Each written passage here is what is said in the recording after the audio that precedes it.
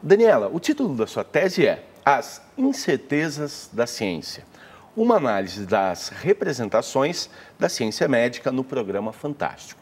O que você estudou exatamente na sua pesquisa, Daniela? Já pedindo para você explicar, falar um pouco sobre o título, já que esse in de incertezas está entre parênteses. Bom dia. O que a gente estudou na tese, né? Por que incertezas? Em princípio, porque eu, como a maioria das pessoas, a gente acredita que ciência traz certeza e, no fundo, a gente vai ver que não é isso. Eu tinha sempre uma curiosidade. Eu trabalho com isso desde a graduação para o mestrado. E eu fiquei pensando que imagem aparece da ciência e do cientista para o público leigo, para o público em geral. Eu não queria falar de divulgação científica propriamente dita ou de ciência especializada. E aí eu fui pegar como que as matérias sobre ciência aparecem no programa de televisão Fantástico. Já partindo um pouco, como eu já vinha estudando isso, eu já tinha um pouco essa ideia de que ciência e religião, ao contrário do que a gente pensa, são muito mais parecidas nesse retrato que aparece na mídia do que nós imaginamos. Então, fui fazer um resgate Em princípio, eu queria trabalhar com ciência de maneira geral, só que o Fantástico tem uma pauta muito extensa a esse respeito, tem muita ciência, fala muito sobre ciência. Recortei um pouco mais para a ciência médica e parti dessa hipótese de que ciência e religião são muito parecidas, principalmente nesse retrato.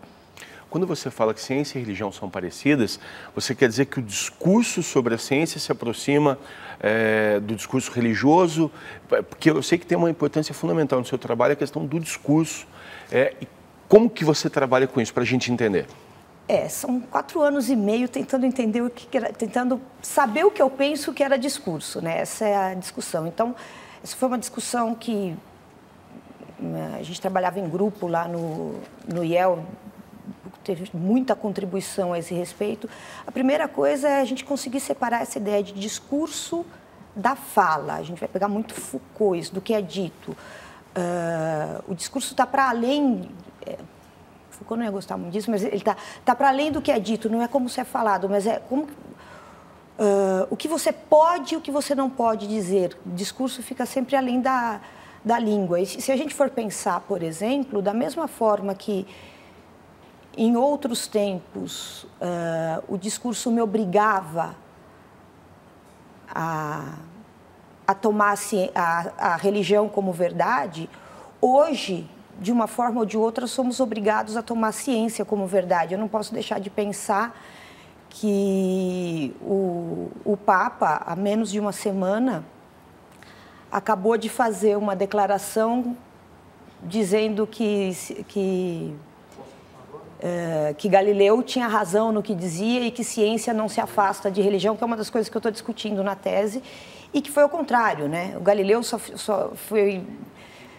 as ideias dele foram negadas, foi João Paulo II quem recupera o que Galileu tinha a dizer. Então, quando eu vou falar para vocês assim, olha, qual que é o discurso, não é exatamente o que se fala, mas é quase que aquilo que pode ser verdade num tempo. E aí o que pode ser verdade hoje no nosso tempo é a verdade que vem da ciência. E nesse sentido ele exerce um poder, ou ela é parte de um jogo de poder que um dia foi da religião e que a religião ainda está participando.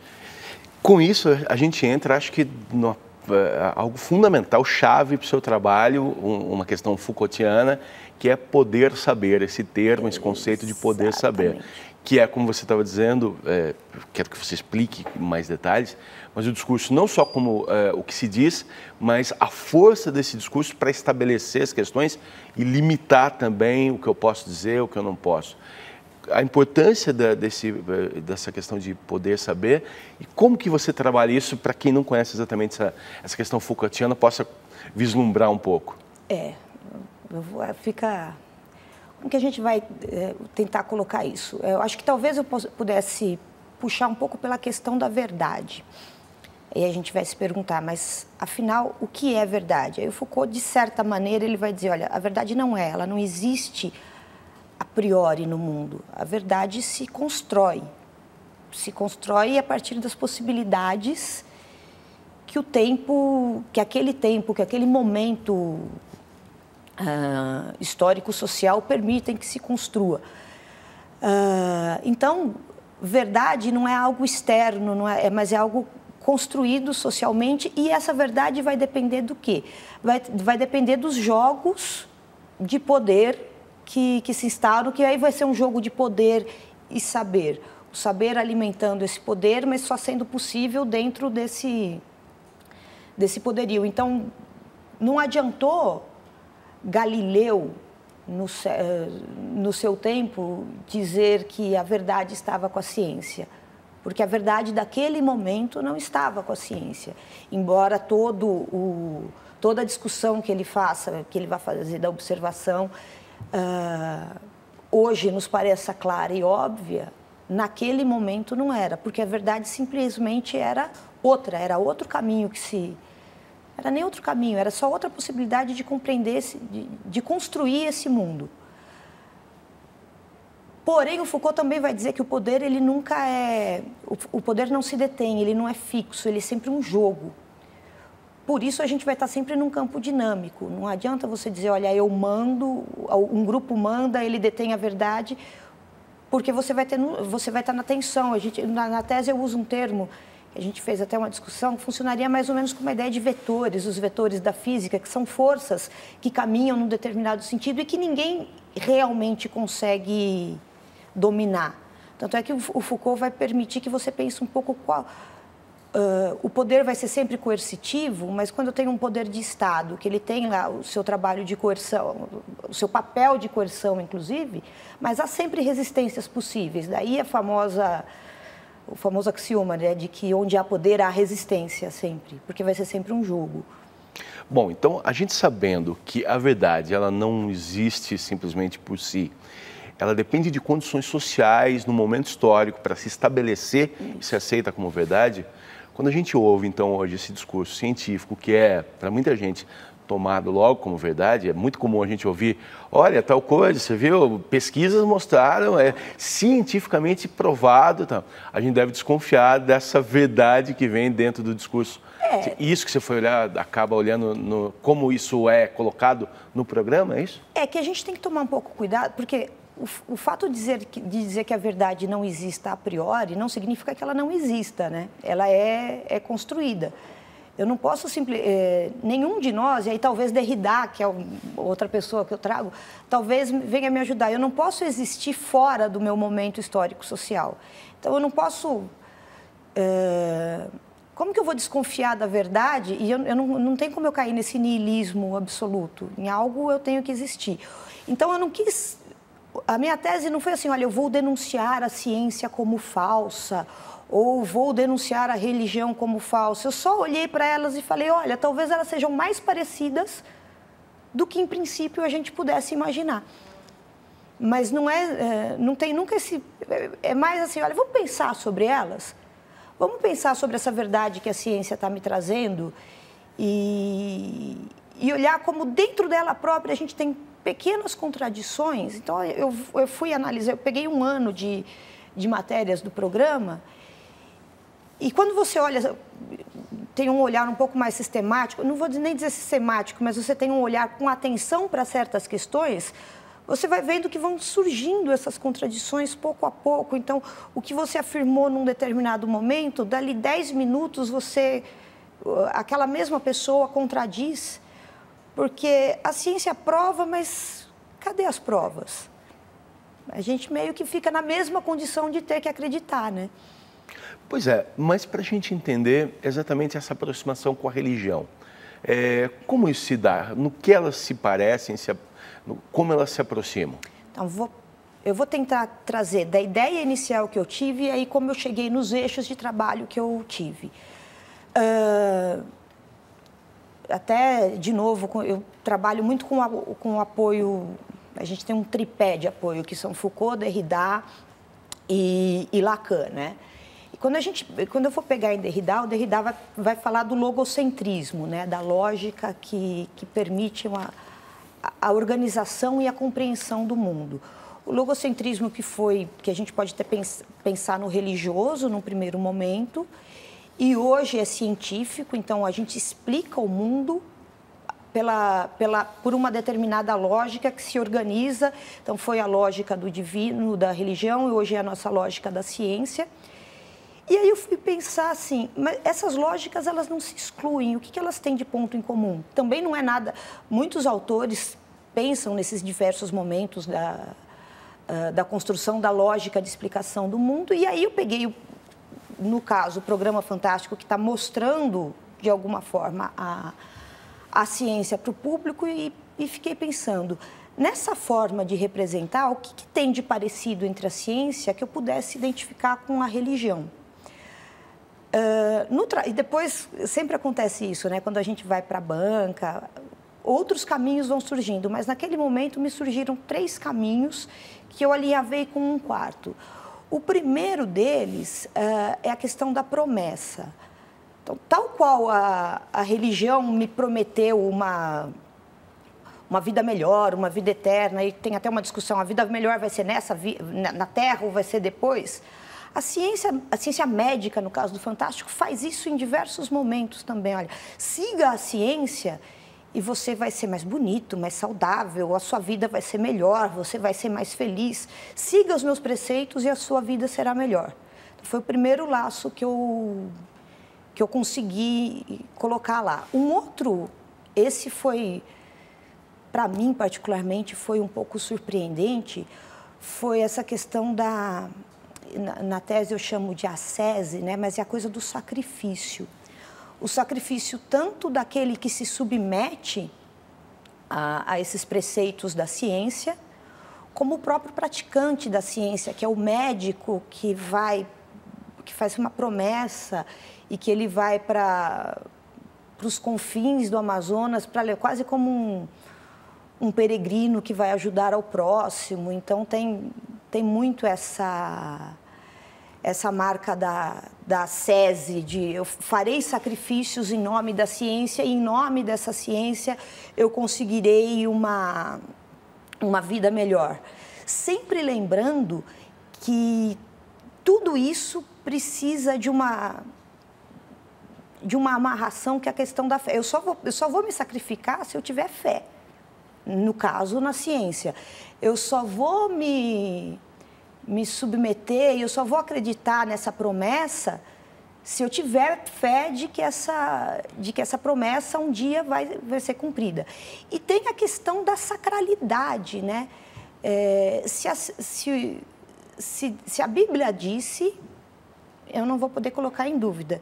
E se a ciência aprova, está aprovado. Qualquer outra coisa que se fale o contrário, não pode, porque a ciência já provou, você não tem como. Não tem como negar isso, mas ao contrário do que supostamente a ciência diria, de que você vai demonstrar que isso acontece, não, tem quase como uma aura de sagrado em torno dessa ciência que vai te dizer, olha, a gente já provou, então não adianta você dizer que é o contrário. Você citou um tripé teórico. Uhum. A gente já passou pelos 2 iniciais, começando pelo Foucault e depois Derrida, uhum. Mas tem o Lacan também, a psicanálise que surge. Como que a psicanálise te ajuda nisso tudo?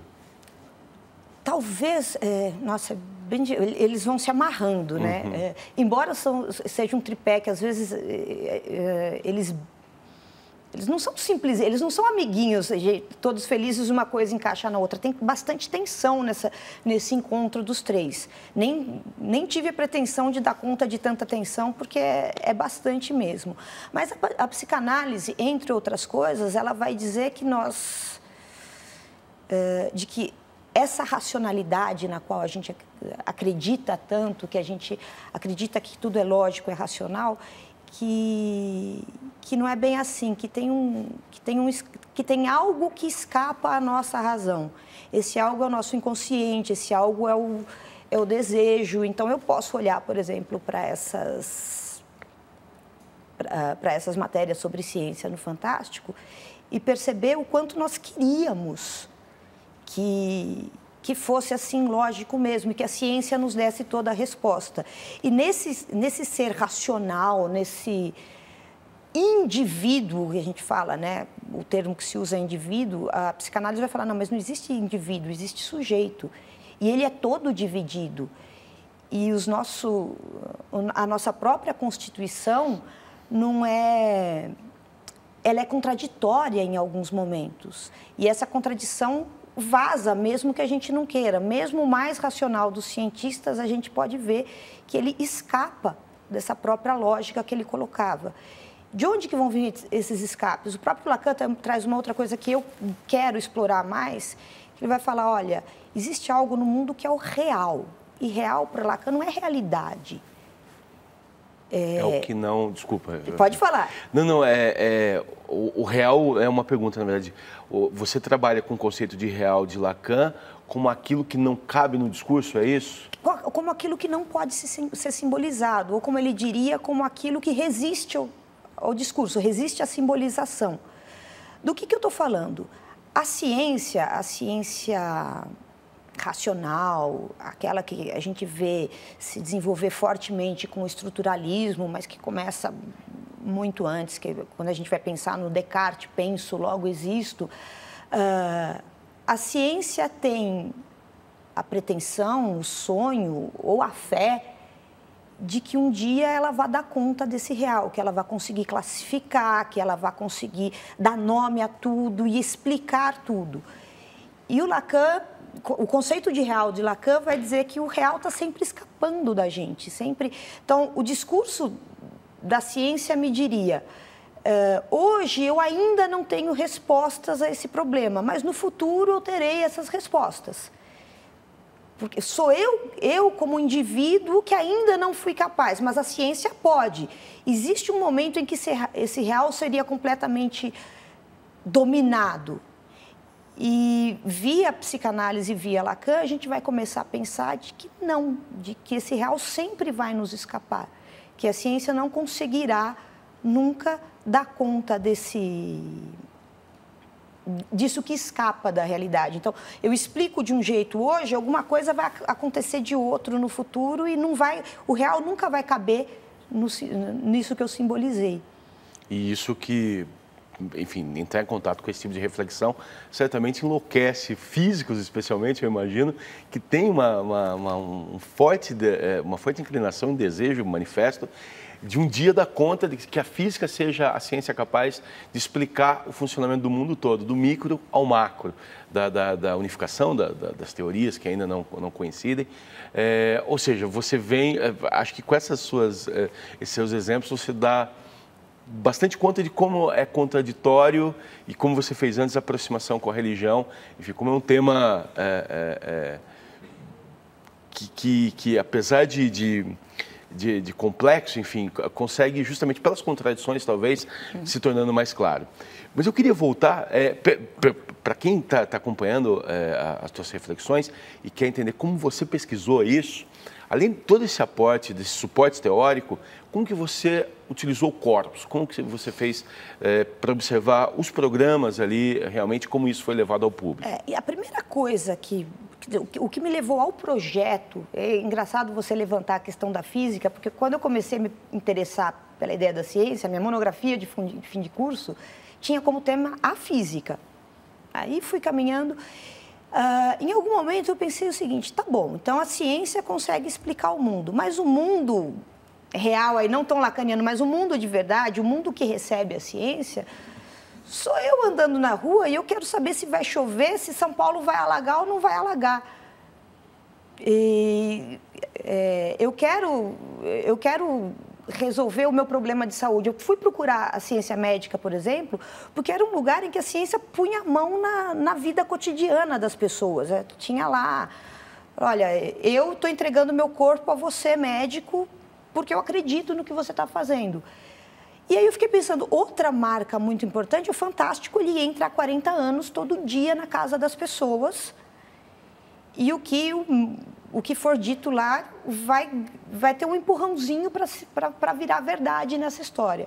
E aí eu fiquei pensando, nossa, então eu tenho um outro tripé, digamos assim, mas um outro ponto de encontro desses vetores do poder, que é o poder da mídia, que é, enfim, extremamente abrangente e uma marca vai fazer qualquer coisa para responder um problema que o Fantástico denuncie.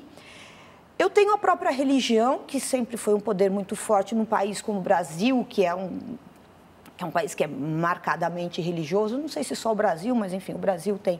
E o poder religioso apareceu muito ao longo desses 40 anos de história do Fantástico. E tem a ciência, que hoje, se você pegar no Fantástico ou no mundo, quem que vai falar que não é para seguir os preceitos que a ciência coloca? Então, a primeira coisa que eu pensei, eu falei, olha, então tá, tem um real do qual eu tenho que dar conta, mas esse real não se constitui, tenho que dar conta não, um real do qual se tenta dar conta, mas ele se constitui nesse jogo que não é só o jogo do cientista. Então, o que o cientista pensa que ele descobriu que é verdade, ele vai receber a informação, a publicidade vai interferir naquilo, vai falar, olha, é ótimo se você comer alpiste todo dia de manhã. Mas e quem quer comer alpiste todo dia de manhã? Ou quem quer deixar de ir no McDonald's? Então, você começa com uns discursos do tipo, tudo tem que ser com moderação. E aí tem esse jogo acontecendo. Dentro desse jogo, eu falei, bom, eu não posso estudar 40 anos de programa, eu podia fazer um estudo histórico, de ver que antes o incontestável era a religião, e tem um monte de exemplo. A gente vai pegando na história do Fantástico, tem umas coisas, umas reportagens que a gente vai vendo, eu falei, nossa, se fosse hoje, o jornalista estava preso, né? Não tinha jeito. Aí eu falei, bom, eu tenho que fazer um recorte, porque o que me interessa é o que está acontecendo no contemporâneo. Eu quero saber agora o que está acontecendo. Eu não tinha eixos de trabalho, eu tinha essa hipótese de trabalho. Ao contrário do que o senso comum nos diz, ciência e religião se aproximam mais do que a gente imagina. Primeiro recorte, vou trabalhar com ciência, o volume de trabalho era grande, aí lendo Foucault, bom, quando é que a ciência se aproxima mais desse público, desse cotidiano que eu quero? Eu fui procurar o Fantástico, não foi à toa. Bom, medicina é um ponto de aproximação. A pessoa vai ver uma dieta no Fantástico, ela vai querer aplicar na casa dela. Então, bom, eu vou pegar pelo viés. Que retrato do médico, que retrato da medicina aparece? E aí, da própria observação do corpus, de gravar as reportagens, de olhar e rever, e sempre pensando nesse eixo dessa aproximação possível, foram aparecendo essas questões. Eu falei, olha, ele está o tempo todo me prometendo uma vida melhor. Mas por que ele está se sacrificando tanto? Por que uma pessoa se sacrifica tanto para fazer uma cirurgia, para ficar mais bonita? Olha, não parece aquela pessoa que se sacrificou antes por motivos religiosos? E aí, da observação, foram saindo esses 3 eixos, que tem eu chamo de 3 eixos, e o guarda-chuva, que é o guarda-chuva da fé, que é o que junta os 3, né? E você ficou realmente na observação, reflexões teóricas, sem uma pesquisa, uma investigação de recepção, algo assim? Não. A tua observação foi realmente na maneira como isso se apresenta? Eu olhei, o meu corpus foi o que estava aparecendo, e quando a gente está falando desse tripé do Foucault, do Derrida, uma coisa para se pensar é que não tem como eu, como pesquisadora, me colocar no lugar da recepção. Eu sempre vou estar interpretando. Se eu fosse fazer entrevistas com as pessoas que assistiram o programa, eu interpretaria o que elas interpretaram da entrevista. Vai ser sempre um reler e reinterpretar. Então, a própria tese é a minha interpretação e é o meu olhar a respeito daquilo. Tenho a documentação, eu tenho ali o corpus. Outras leituras seriam possíveis, como eu disse, sentei para a defesa e mas olha, tinha esse caminho. Falei, olha, é verdade, vamos escrever outra? Isso é um caminho, isso era algo que estava lá, é uma discussão possível, uma discussão que aconteceu dentro daquilo que está acontecendo. Tem outras, por exemplo, em vários momentos, o poder econômico falava muito forte, falava assim, olha, tinha esse caminho. Só que aí eu estava abrindo gancho para outra tese. Mas tinha horas ali que dava para ver que o poder econômico estava falando muito forte, que alguns temas que ou não deixar outras informações entrarem no Corpus. Eu estava assistindo Fantástico todo domingo, eu via que tinha todos os telejornais estavam falando muito de um novo medicamento e no Fantástico não apareceu. O que será que aconteceu? Qual que é a força que teve? Aí você via que naquela pauta tinha uma reportagem que talvez contradissesse aquele medicamento. Então, tem todo um outro jogo do qual a gente não pode dar conta, não podia ter a ilusão de dar conta de tudo isso, né? Caminhando aqui já para concluir, Daniela, e falando em conclusão, essa consciência, para pegar só um dos pés desse tripé, a consciência dessa falta, dessa posição lacaniana do discurso, sempre faltante. Isso, de alguma maneira, te trouxe tranquilidade para concluir sem a pressão de colocar no papel algo que alguém vai dizer um dia, olha, a Daniela falou, cientificamente comprovado que isso é isso, isso, aquilo. De alguma maneira, ajuda para concluir? Então, eu não sei se tranquilidade é uma boa palavra para a gente usar, eu acho que é o contrário. Aí o grande desafio, exatamente, você usou uma palavra que eu deveria ter usado antes, que foi falta, né? O Lacan vai falar sempre, olha, é sempre falta, está sempre para além, e a gente sempre quer suprir essa falta. Ele fala da ciência, inclusive, como uma forma e da religião como uma forma de tamponar essa falta. Mas eu me meti a fazer um doutorado. Eu decidi que eu estava entrando dentro dos limites e das regras do doutorado. Eu não posso escrever uma tese e falar, olha, o negócio é o seguinte, pessoal, não dá para provar nada mesmo, porque sempre falta. Tinha que ter um produto ao final e que, de alguma forma, desse conta dessa... Eu me meti a fazer ciência pensando em ciência. E quem me ajuda é o Derrida. E o Derrida vai falar, olha, a gente nunca vai conseguir olhar realmente de fora.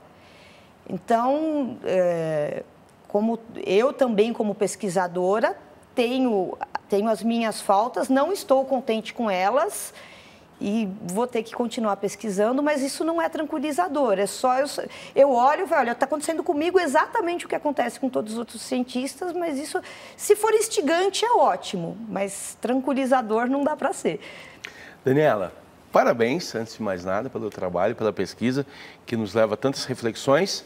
E obrigado pela gentileza de vir até o Fala Doutor e contar um pouco dessas reflexões aqui pra gente. Obrigado. Tá certo. Obrigada, viu, Rodrigo?